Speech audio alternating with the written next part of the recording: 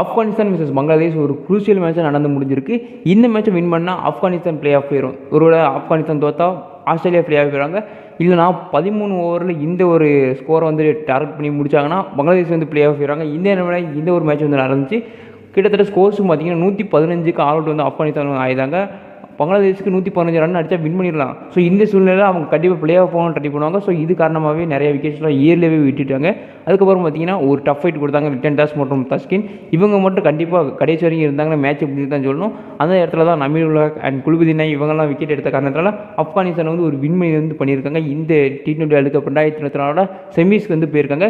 India, England, south Africa and Afghanistan இப்போ வந்து semi-final வந்து போயிருக்காங்க. இதற்கு கண்டிப்பாக ஆப்கானிஸ்தான் சவுத் ஆஃப்ரிக்கா தான் செகண்ட் செமி வந்து நடக்க போகுது. ஸோ இது கண்டிப்பாக ஒரு ஹிஸ்ட்ரி வின் தான் சொல்லணும் ஆப்கானிஸ்தானை பொறுத்த வரைக்குமே. ஏன்னா எப்படி இந்த டோர்னமெண்ட் ஆரம்பிக்கும் போது ஆப்கானிஸ்தான் வந்து பிளே ஆஃப் போகலான்னு கேட்டால் யாருமே இல்லைன்னு தான் சொல்லியிருப்பாங்க. ஆனால் நியூசிலாந்து, ஆஸ்திரேலியா இந்த மாதிரி பிக்கர் சைடு அடித்து ஆப்கானிஸ்தான் வந்து பிளே ஆஃப் போயிருக்காங்க.